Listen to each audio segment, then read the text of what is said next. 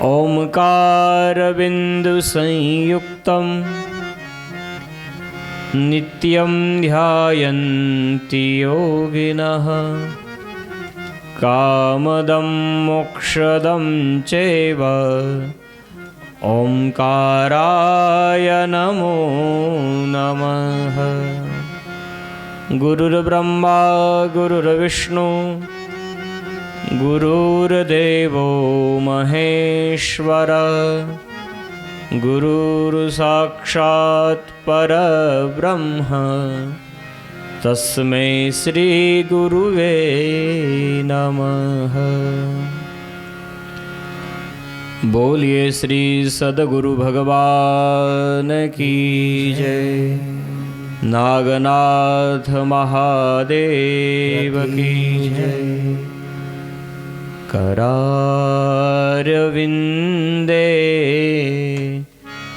न पदारविन्दं मुखारविन्दे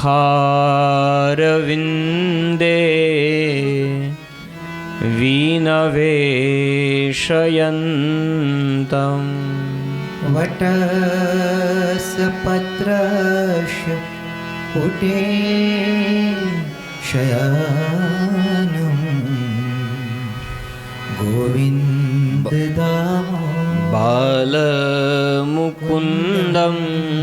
मनसा स्मरामि। श्रीकृष्ण गोविन्द हरे मुरारी हे नाथ नारायण वासुदेव।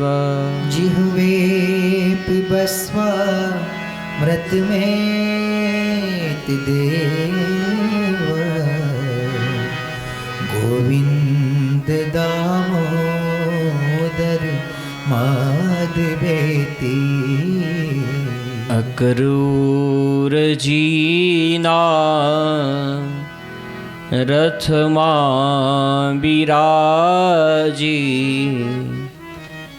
जाता निहाली मथुरा मुरारी। बोली वियोगे सभी गोपिकाए गोविंद दामोदर माधवेति। गोविंद दामोदर माधवेति। बालकृष्ण भगवान की जय। अनंत कोटि ब्रह्मांड नायक परम कृपाळु राजाधिराज भगवान श्री द्वारकाधीशની અહેતુકી કૃપાથી ગંગાજીના પાવન તટ ઉપર બેસી અને ભગવાન શ્રી હરિનો શબ્દ દે વાંગમય સ્વરૂપ એવું ભાગવતજીનું દર્શન એનું ચિંતન મનન કરવાનો ભગવાને એક અવસર પ્રદાન કર્યો. ગઈકાલે કથા પ્રવાહને છોડ્યો તો ત્યાંથી પુનઃ અનુસંધાન કરીએ. ભગવાન શ્રી કૃષ્ણ 7 વર્ષના ભગવાન શ્રી કૃષ્ણ 7 કોષના ગોવર્ધનને 7 દિવસ સુધી પોતાની ટચલી આંગળીએ ધારણ કરી રાખે છે. આ દેહ એ ગોવર્ધન છે. એને ધારણ કરવાવાળો ભગવાન શ્રી હરિ છે, જે પોતાની આંગળી ઉપર 7 દિવસ સુધી ગોવર્ધનને ધારણ કરી રાખે છે. ગઈકાલે મેં આપને કહ્યું હતું, ક્યારેક અહંકાર આવે કે આ દેહ ગોવર્ધનને હું ધારણ કરું છું, પરંતુ એ વખતે જ્યારે પરમાત્મા પોતાની જરાક આંગળી નીચે કરે તો એ વખતે આપણી અહંકાર રૂપી જે લાકડીઓ હોય એ લાકડીઓ તૂટી જાય છે. ઇન્દ્રને લાગ્યું કે મારી બહુ મોટી ભૂલ થઈ અને ઇન્દ્રએ મેઘને આજ્ઞા આપી, વાયુને આજ્ઞા આપી કે હવે બંધ થાઓ. ઇન્દ્ર વિચાર કરે છે કે આદિનારાયણ પરમાત્માને હું ઓળખી ન શક્યો. વરસાદ બંધ થયો, પવન બંધ થયો અને હવે ભગવાને જોયું કે વાતાવરણ હવે સારું છે. ગોવાળિયાઓને કહ્યું જલ્દીથી હવે આપ ગોવર્ધનની નીચેથી બહાર નીકળી જાઓ. ગોવાળિયાઓ ગોપીઓ પોતાનું ગોવર્ધન લઈ અને ગોવર્ધનની નીચેથી બહાર નીકળ્યું. ત્યારબાદ ભગવાને ગોવર્ધનને એના મૂળ સ્થાન ઉપર બિરાજમાન કર્યો. અને હવે ઇન્દ્ર એકાંતમાં ભગવાન શ્રી કૃષ્ણ પાસે આવે છે અને ભગવાનની સામે આવીને હાથ જોડીને ઊભો રહ્યો. પ્રભુ, હું આપને ઓળખી ન શક્યો, મને ક્ષમા કરી દો. અને ખૂબ સુંદર ઇન્દ્ર ભગવાન શ્રી હરિની સ્તુતિ કરે છે.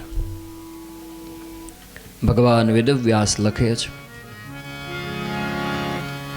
વિશુદ્ધ સત્વમ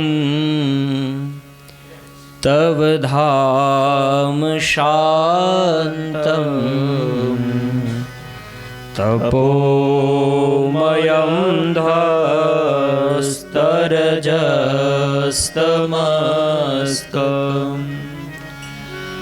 માયામયોऽયં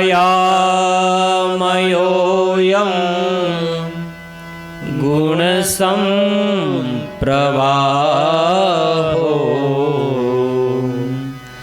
ન વિદ્યતે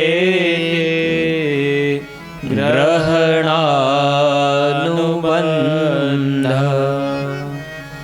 વિશુદ્ધ સત્વમ તવ ધામ શાંતમ.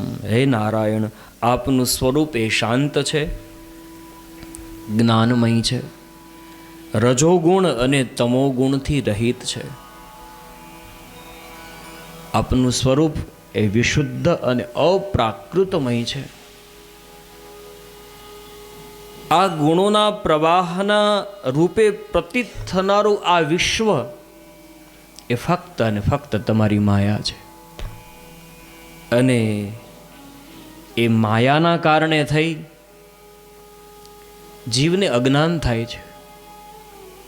અને અજ્ઞાનવશ પ્રભુ કોઈ તમારા સ્વરૂપને ઓળખી શકતું નથી. હું પણ આપને ઓળખી ન શક્યો, માટે હે હરિ, મને ક્ષમા કરો. ઇન્દ્રએ એકાંતમાં ભગવાન શ્રી કૃષ્ણની સ્તુતિ કરી અને ભગવાનને ગોવિંદ નામથી સંબોધન કર્યું. ભગવાન શ્રી કૃષ્ણને ગોવિંદ નામ ઇન્દ્ર દ્વારા મળ્યું છે.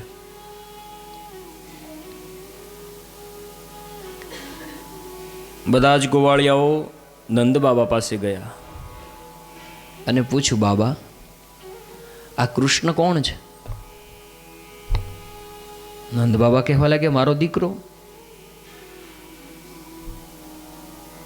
ગોવાળિયાઓ કહેવા લાગે, ના બાબા, અમને એવું લાગે છે કે આ કૃષ્ણ ભગવાન છે. નંદ બાબા કહેવા લાગ્યા કે તમે એવું કેમ બોલો છો? ત્યારે ગોવાળિયાઓ કહેવા લાગ્યા, બાબા, જે કામ સામાન્ય વ્યક્તિ ન કરી શકે આવું કાર્ય કૃષ્ણએ કર્યું છે. 7 દિવસ સુધી ટચલી આંગળી ઉપર ગોવર્ધનને કેવી રીતે ધારણ થઈ શકે? અમને એમ લાગે છે કે કૃષ્ણ ભગવાન છે. બાબા, સાચું કોની કૃષ્ણ કોણ છે? ત્યારે નંદ બાબા કહેવા લાગ્યા કે કૃષ્ણ ભગવાન નથી, પરંતુ જ્યારે કૃષ્ણનું નામકરણ કર્યું ગર્ગાચાર્યએ, ત્યારે તમને કોઈને બોલાવ્યા નહોતા, પરંતુ એ વખતે ગર્ગાચાર્ય એવું બોલ્યા હતા નામ પાડતી વખતે કે આ તમારો દીકરો નારાયણ સમાન ગુણવાળો છે. એટલે ભગવાન નથી, પણ હા, એના જેવો ગુણવાળો છે. ગોવાળિયાઓ કહેવા લાગે, બાબા, વાત ગળે ઉતરતી નથી. ત્યારે નંદ બાબા કહેવા લાગ્યા કે તો પછી એક કામ કરો ને, કૃષ્ણને જ પૂછો ને. ગોવાળિયાઓ કૃષ્ણ ભગવાનની પાસે આવ્યા ને કહેવા લાગ્યા, લાલા તું કોણ છે? લાલા અમને એમ લાગે છે કે તું ભગવાન છે. તું ભગવાન છો? લાલો કહેવા લાગ્યો કે ના, હું ભગવાન નથી, તમારો મિત્ર છું. ગોવાળિયાઓ કહેવા લાગ્યા કે લાલા તો પછી જે કાર્ય અમે ન કરી શકીએ, જે કાર્ય સામાન્ય વ્યક્તિ ન કરી શકે, એ કાર્ય તું કેવી રીતે કરી શકે? ગોવર્ધનને ઉચકી લેવો? લાલા સાચું કે ને, તું કોણ છે? ત્યારે ભગવાન કહેવા લાગ્યા કે ગોવર્ધનને ઉચકી લીધો એમાં હું ભગવાન? ગોવર્ધન કેવી રીતે ઉચકાયો ખબર છે? જ્યારે ગોવર્ધનને મેં ધારણ કર્યો ને ત્યારે મેં તમને બધાને નજીક બોલાવ્યા હતા, અને મારી પાસે એવો મંત્ર છે કે હું જેની સામે જોઉં ને એની શક્તિ મારામાં આવી જાય. હવે આટલા બધા ગોવાળિયાઓની સામે મેં જોયું તો તમારી બધાની શક્તિ જે હતી ને એ મારામાં આવી ગઈ, અને આટલી બધી શક્તિઓ ભેગી થાય તો પછી હું ગોવર્ધનને ધારણ ન કરી શકું? ત્યારે એક ગોવાળિયો કહેવા લાગ્યો કે હા તો પછી આ વાત છે. લાલા 2 દિવસથી આમ થોડુંક શરીરમાં નબળાઈ જેવું તો લાગે જ છે. લાલા પહેલા તો તું ફક્ત માખણની ચોરી કરતો હતો, હવે તું અમારી શક્તિની પણ ચોરી કરવા લાગ્યો. ભગવાન શ્રી કૃષ્ણએ આવી વાત કહી અને ગોવાળિયાઓને સમજાવી દીધા. ખૂબ સુંદર. અહીંયા આપણે ગઈકાલે ગોવર્ધન લીલાનું દર્શન કર્યું હતું. ભગવાન સાક્ષાત ગોવર્ધન ધારી અહીંયાનું સ્વરૂપ બિરાજમાન થયું અને ભગવાનને દિવ્ય અને સુંદર અન્નકૂટ ધરાવવામાં આવ્યો હતો. આ કથા આપણે ગઈકાલે જોઈ, પરંતુ સમયના અભાવે આપણે ઘણી બધી કથાઓને પાછળ છોડી દીધી હતી અને સીધા જ ગોવર્ધન લીલાનું દર્શન કર્યું હતું. જે કથાઓ સમયના અભાવે જોઈ નથી શક્યા, ચાલો પુનઃ ત્યાંથી અનુસંધાન કરીએ. પરંતુ તે પૂર્વે આપણે જે શ્લોકને આશ્રય તરીકે રાખ્યો છે, આધાર તરીકે, ગઈકાલે એક માતા એવા હતા કે જેણે શ્લોક કંઠસ્થ કર્યો. કોઈ બીજું ખરું આજે નવું? એમાં એવું છે કે આપણને સમય જ ક્યાં મળ્યો. રાત્રે મોડા સુધી કથા, પછી ફલાહાર પછી પાછું રાત્રે મહેંદીનો કાર્યક્રમ.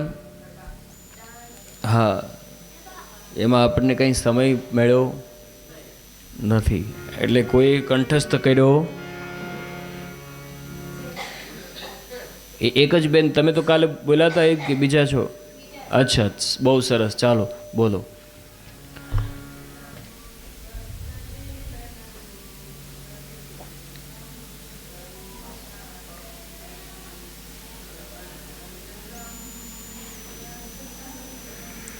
ભુવિ ગૃણાંતિ તે હા ભ્રુવિ ગૃણંતિ તે ભૂરિદાજના. તાળીઓના ગડગડાટથી બહેનના પ્રયત્નને વધાવીએ. આ 6ઠ્ઠા દિવસે ફક્ત 2 બહેનો એવા છે કે જેણે કંઠસ્થ કર્યો.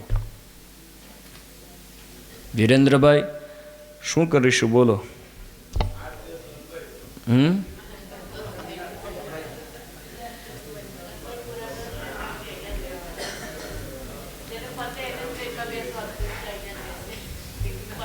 બાપ, બધાય નિષ્ઠાપૂર્વક પ્રયત્ન કરજો. ખૂબ સહેલો છે, અઘરો નથી કે ન થાય એવું નથી, અને ખૂબ અગત્યનું છે. કોઈ પણ વસ્તુ એવી હોય કે જે અગત્યની હોય એને વારંવાર દોહરાવવામાં આવે, કહેવામાં આ અગત્યનું છે, એટલા માટે થઈ અને વારંવાર આપને રજૂઆત કરું છું. ચાલો સૌ સાથે મળી અને ગાઈએ.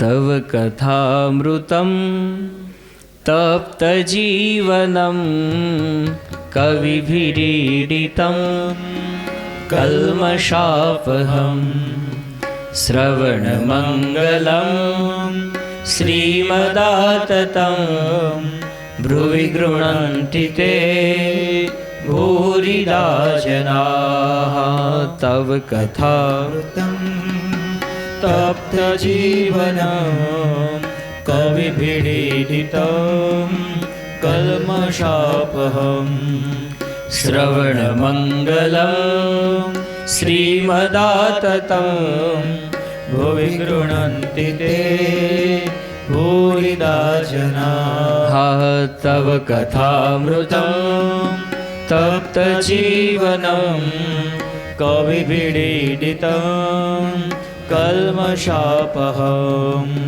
श्रवणमङ्गलं श्रीमदाततं भ्रुवि गृह्णन्ति ते भूरिदा जनाः भ्रुवि गृह्णन्ति ते भूरिदा जनाः भ्रुवि गृह्णन्ति ते भूरिदा जनाः।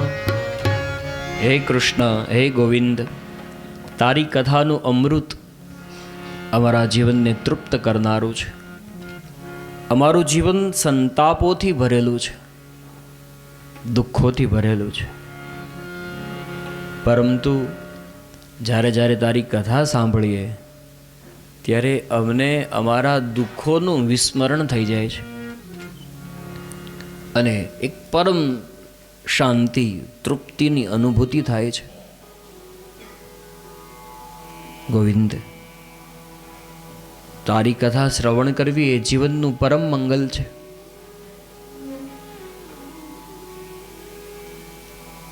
તારી કથાનું કોઈ ગાન કરે, કોઈ દાન કરે, સામાન્ય વ્યક્તિ કોઈ વસ્તુનું દાન કરે ત્યારે એને જીવનની પૂર્તિ થતી હોય, પરંતુ કથાનું દાન એવું છે કે જે અભયત્વને પ્રદાન કરનારું છે.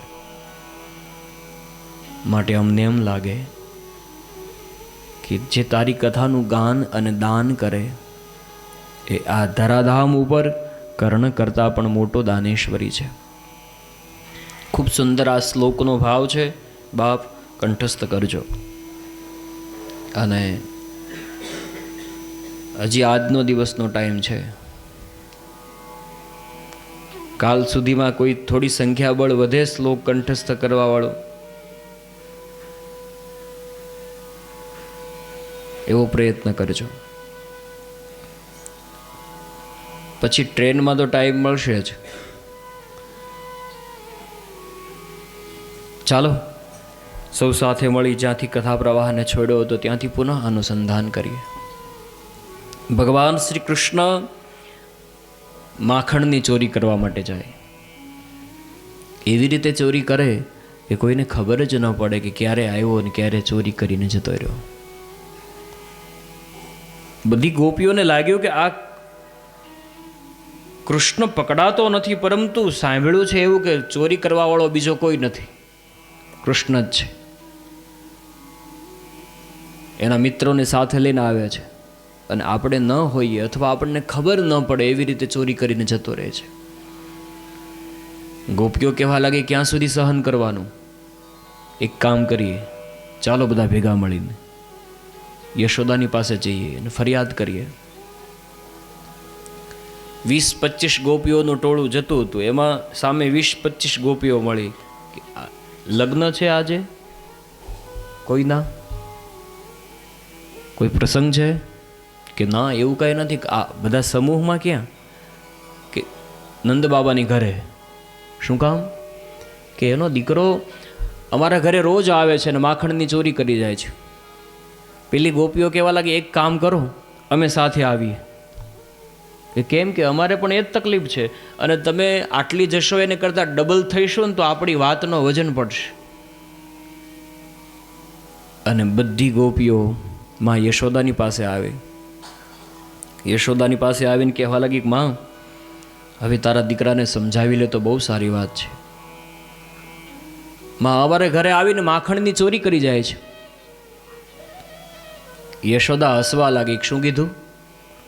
તારા ઘરે અને મારો દીકરો ચોરી કરવા માટે આવે.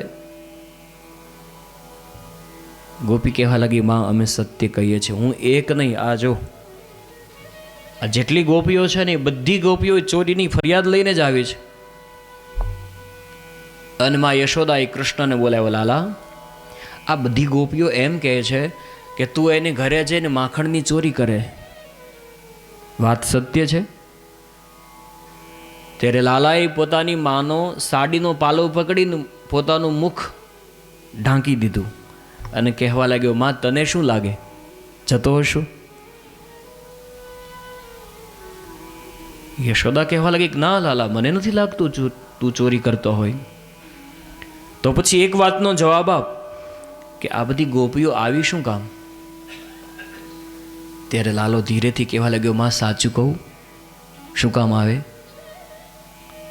યશોદાજી કહેવા લાગ્યા, હા કહે ને. માં મને જોવા માટે થઈને આવે છે. અને એક ગોપીને ગુસ્સો આવ્યો, જે પાલવનો છેડો મોઢા ઉપર રાખેલો એ આમ હટાવીને કહેવા લાગ્યો, તારામાં છે શું કે તું એમ કહે છે કે અમે જોવા માટે આવી? આ બધી ગોપીઓ તને જોવા માટે થઈને આવી? માં અમે સત્ય કહીએ છીએ, તારો દીકરો ચોર છે, અમારે ઘરે આવે માખણની ચોરી કરી જાય છે. યશોદાજી કહેવા લાગી, અરે ગોપી, મારા દીકરાને માખણ ખવડાવવા માટે થઈ અને વાટકો લઈ અને એની પાછળ પાછળ આખો દિવસ ફર્યા કરું. થોડી વાર માટે અહીંયા બેઠો હોય ત્યાં જાઉં પાછળ, ત્યાંથી ઊભો થઈને દોડીને સામે જતો રહે, ત્યાં પાછો વાટકો લઈને જાઉં તો પણ ખાતો નથી. અને તું એમ કહે છે કે ચોરી કરીને ખાય? મારા ઘરે માખણ નથી કે તારા ઘરે ચોરી કરવા માટે થઈને આવે? અને સાંભળ, તું એમ કહે છે ને તારા ઘરે આવે, જો તારા ઘરે માખણની ચોરી કરવા માટે આવે તો જેટલું એ માખણ ખાય એના કરતાં ડબલ માખણ તારે મારે ઘરેથી લઈ જવાનું. ગોપી કહેવા લાગી, માં તને એમ લાગે કે એકલો માખણ ખાતો હશે ને એટલી માખણની ચોરીની ફરિયાદ લઈને બધી આવતી હોય? એકલો નથી આવતો. બોલે તો આખી મંડળીને લઈને આવે છે. યશોદાજી કહેવા લાગે, એ તો મારા દીકરાને સંસ્કાર જ એવા આપ્યા કે એકલા ખાવાનું. ગોપી કહેવા લાગી, ચાલમાં ભલે ગોવાળિયાને લઈને આવે, પણ ખાલી ગોવાળિયાને લઈને નથી આવતો. બોલે તો વાંદરાને પણ સાથે લઈને આવે છે.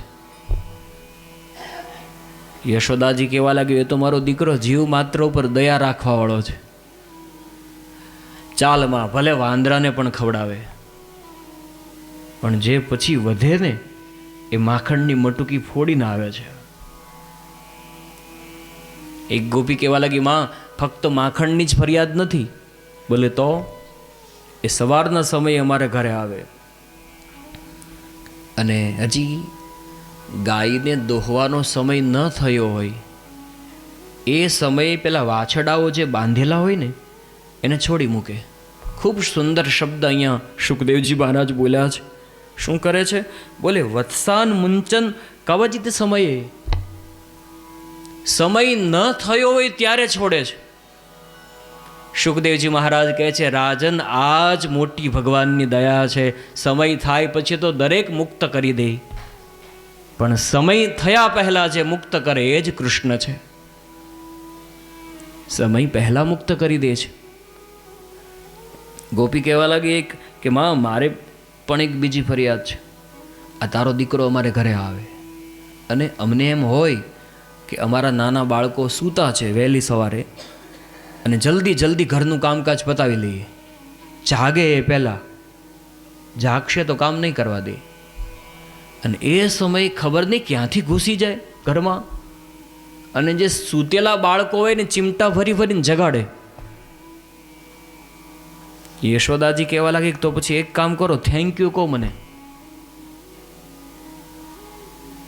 બાળકોને વહેલા જગાડવાની ટેવ પાડવી જોઈએ. એક ગોપી કહેવા લાગી, માં તારો દીકરો અમારે ઘરે આવે અને શું કરે ખબર છે? ગોપીઓ સૂતી હોય ને એ વખતે એનો ચોટલો પલંગની સાથે બાંધી દે અને પછી એના કાન પાસે મુખ રાખી અને ચિત્ર વિચિત્ર અવાજ કરે. પેલી ઊંઘમાં હોય અને ઝબકી ઊભી થવાનો પ્રયત્ન કરે, પરંતુ ચોટલો બાંધેલો હોય.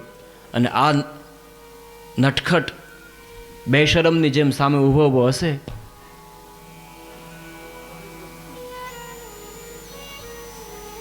બધા પોતપોતાની રીતે ફરિયાદ કરવા લાગ્યા. ત્યારે યશોદાજી કહેવા લાગ્યા, બસ તમે બધી નવરી હશો, હું નવરી નથી.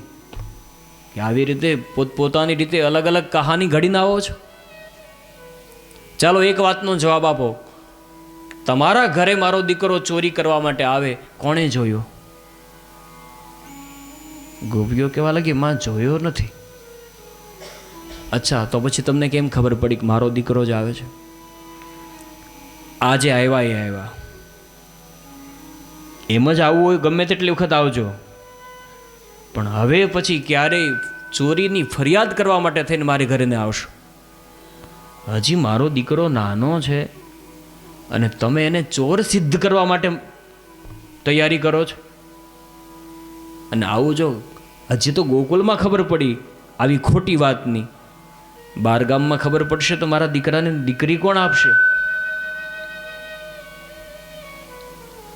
અને જો ખરેખર વાસ્તવિક ચોરી કરતો હોય તો રંગે હાથ પકડીને મારી પાસે લાવો.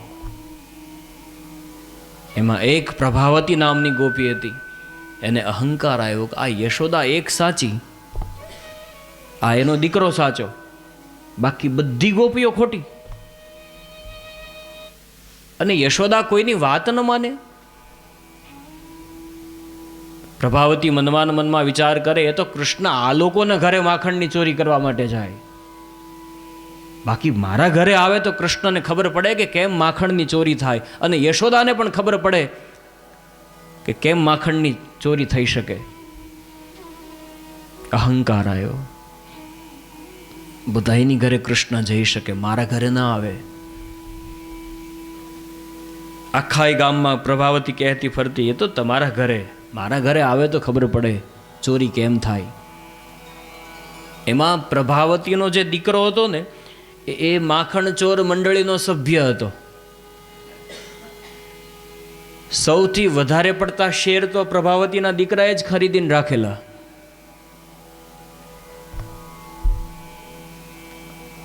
યમુનાના કિનારે બધા જ મિત્રો ભેગા થયા. ભગવાન બધાનું યાદી પ્રમાણે નામ વાંચતા હતા. એમાં પ્રભાવતીના છોકરાએ આંગળી ઊંચી કરી. ભગવાન કહેવા લાગે, નીચે બેસી જા, તારો વાર છે હજી તારો. છતાં પણ બીજી વખત આંગળી ઊંચી કરી. ભગવાને કીધું, શું છે ભાઈ? કે લાલા, મારી માં આખા ગામમાં એમ કહે છે કે તું બધાયની ઘરે ચોરી કરવા માટે જાય, મારે ઘરે ન આવી શકે, આવું મારી માં કહે છે. ભગવાને કીધું, તારું આખું નામ બોલ. જોયું ચોપડીમાં કે ભાઈ તારો વારો, તારા ઘરનો વારો જે છે ને 10 દિવસ પછી છે હજુ, પરંતુ તે વધારે પડતા શેર ખરીદી રાખ્યા છે, માખણ ચોર મંડળીનો સભ્ય છો, એટલે તારો ઘરનો જે વારો છે આવતીકાલે જ લઈ લેવાનો છે. અને ભગવાન શ્રી કૃષ્ણ બીજા દિવસે પ્રભાવતીના ઘરે માખણની ચોરી કરવા માટે જાય. અને પ્રભાવતી પણ એટલી બધી હોશિયાર હતી, અને ખબર હતી કે આવશે તો ખરો જ. માખણ છુપાવીને રાખ્યું હતું. પહેલાં પ્રભાવતીના ઘરમાં ગોવાળિયાઓ ગયા, બધે જોયું પ્રભાવતી તો ઘરમાં નથી ને. પ્રભાવતી દેખાણી નહીં એટલે લાલાને ઈશારો કર્યો, ચાલ આવી જા, મેદાન સાફ છે. પ્રભાવતી ઘરની બહાર નહોતી, ઘરમાં જ હતી, છુપાઈને ઊભી હતી. અને ભગવાન શ્રી કૃષ્ણ સહિત દાવજી મહારાજ અને ગોવાળિયાઓ પ્રભાવતીના ઘરમાં પ્રવેશ કરે છે. આમ તેમ દ્રષ્ટિ કરીને ખબર પડી કે આ પ્રભાવતીના ઘરમાં તો કોઈ જગ્યાએ માખણ છે જ નહીં, આના ઘરે ચોરી કોણ કરવા માટે આવે? પ્રભાવતીનો દીકરો કહેવા લાગ્યો કે ના લાલા, માખણ તો ઘણું બધું છે, પણ ક્યાંક છુપાવેલું છે, ક્યાં છુપાવે મારી માએ મને ખબર નહીં. અને ગોવાળિયાઓ વિચાર કરે છે, હવે આજે તો માખણ નહીં મળે. એમ કરતાં કરતાં ઊંચે જોયું, તે ગોવાળિયાઓ કહેવા લાગ્યા, લાલા ઉપર જો, આ માખણની મટુકી તો ઉપર બાંધેલી છે, અને લાલાએ ઉપર દ્રષ્ટિ કરી તો ઘણું બધું ઊંચે માખણ એક શિકામાં બાંધી રાખેલું. ગોવાળિયાઓ કહેવા લાગે, લાલા આજે મેળ નહીં પડે, આટલું બધું ઊંચે માખણ. અને એ વખતે ભગવાને 4-5 ગોવાળિયાઓ ટોળે વળીને એકબીજાને કાંધે ચડીને ભગવાન એકબીજાના કાંધા ઉપર ચડી અને માખણની મટુકી સુધી પહોંચવાનો પ્રયત્ન કરે. સુખદેવજી મહારાજ વર્ણન કરે, રાજન એ વખતે પ્રભાવતી એ જ કક્ષમાં દરવાજાની પાછળ છુપાઈને ઊભી હતી. પ્રભાવતીને લાગ્યું કે બરોબર ઉપર ચડે કૃષ્ણ પછી બહાર નીકળું. અને જ્યાં ભગવાન શ્રી કૃષ્ણએ પેલી માખણની મટુકીને પકડી એટલે તુરંત પ્રભાવતી ઊભા રહો કરતી બહાર નીકળી. અને એ વખતે જ્યાં પેલું સર્કલ, માનવ સર્કલ જે રચાયું પિરામિડમાં, એ તુરંત વિખાઈ ગયું. અને ભગવાન શ્રી કૃષ્ણ પેલી માખણની મટુકીએ લટકી ગયા.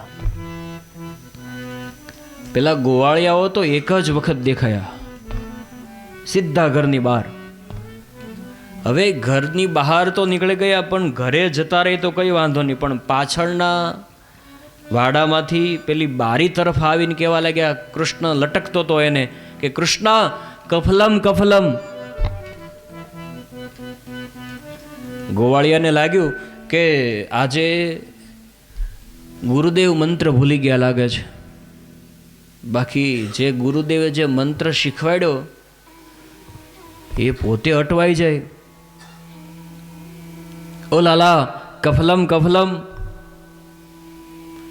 લાલો માખણની મટુકી સાથે લટકતો લટકતો કહેવા લાગ્યો કે એ કફલમ કફલમ કંઈ કામમાં લાગવા નથી. પ્રભાવતી કહેવા લાગી, લાલા ચાલ નીચે ઉતર. લાલો કહેવા લાગ્યો, પ્રભાવતી આટલું ઉપરથી નીચે કેવી રીતે ઉતરું? પ્રભાવતી કહેવા લાગી, જેમ ચડ્યો એમ ઉતર. લાલો કહેવા લાગ્યો, પ્રભાવતી ચડતી વખતે તો મારા મિત્ર જો આ બહાર ઊભા. પ્રભાવતીએ કાન પકડીને નીચે ઉતાર્યો અને કીધું કે તારી માની આગળ બધી ગોપીઓ ફરિયાદ કરવા માટે નિત્ય જાય, પરંતુ તમે મોટા માણસો ને એટલે કોઈની ફરિયાદ તમે માનો નહીં.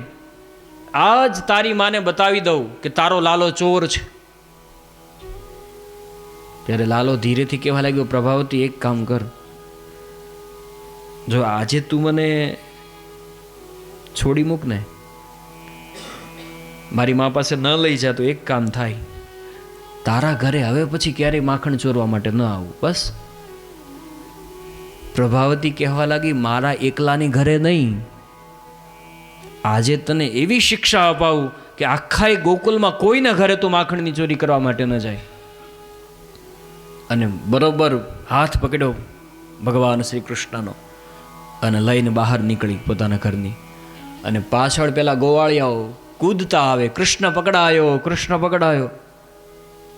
લાલાએ પાછળ ફરીને જોઈને કીધું કે ભાઈ આ કોઈ મારું સન્માન કરવા માટે નથી લઈ જતા, થોડાક તો ગંભીર થાવ. આ મંડળનો પ્રમુખ પકડાણો.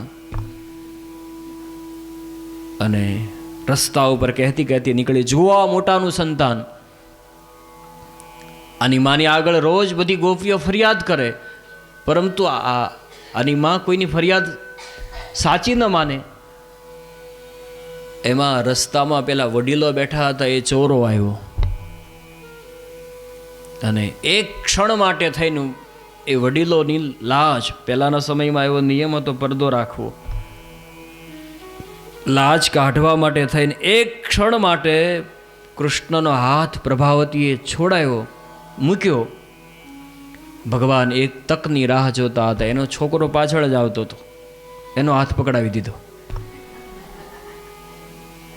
અને હવે પ્રભાવતી પોતાના જ દીકરાનો હાથ પકડીને પેલા વડીલો હતા એની સામે જોઈને કહેવા લાગી, જુઓ આની સામે મોટાનું સંતાન, આની માં કોઈની ફરિયાદ સાચી નથી માનતી, હકીકતમાં આ ચોર છે. વડીલો હસવા લાગ્યા, પ્રભાવતીનો છટકી ગયો છું. અને કૃષ્ણ શોર્ટકટ રસ્તે, આ તો કૃષ્ણ છે બાપ, એને ટૂંકા રસ્તાની બહુ ખબર વધારે હોય. ટૂંકા રસ્તેથી ઘરે પહોંચી ગયો અને માં યશોદાને કહેવા લાગ્યો, માં કંઈ કામકાજ હોય તો કહેજો. યશોદાજી કહેવા લાગ્યા, ના લાલા એક કામ કર, જા હજી જમવાની વાર છે, તું થોડી વાર માટે રમવું હોય તો મિત્રો સાથે જા. ત્યારે લાલો કહેવા લાગ્યો, માં આખો દિવસ ગામમાં શું ભટકા કરવાનું, આજે મને એમ થાય છે કે તને કંઈ ઘરકામમાં મદદ કરાવો. માં શું કરાવો બોલ. ત્યારે માં યશોદાને લાગ્યું કે હા હવે મારો લાલો સમજણો થતો જાય છે, ડાયો થતો જાય છે. લાલાને કહેવા લાગ્યા કે લાલા કંઈ કામ નથી કરાવવું, એક કામ કર, જા રમવા ન જવું હોય તો અંદર આરામ કરે. ત્યારે ભગવાન કહેવા લાગ્યા, માં છતાં પણ કંઈ કામકાજ હોય તો કહેજો.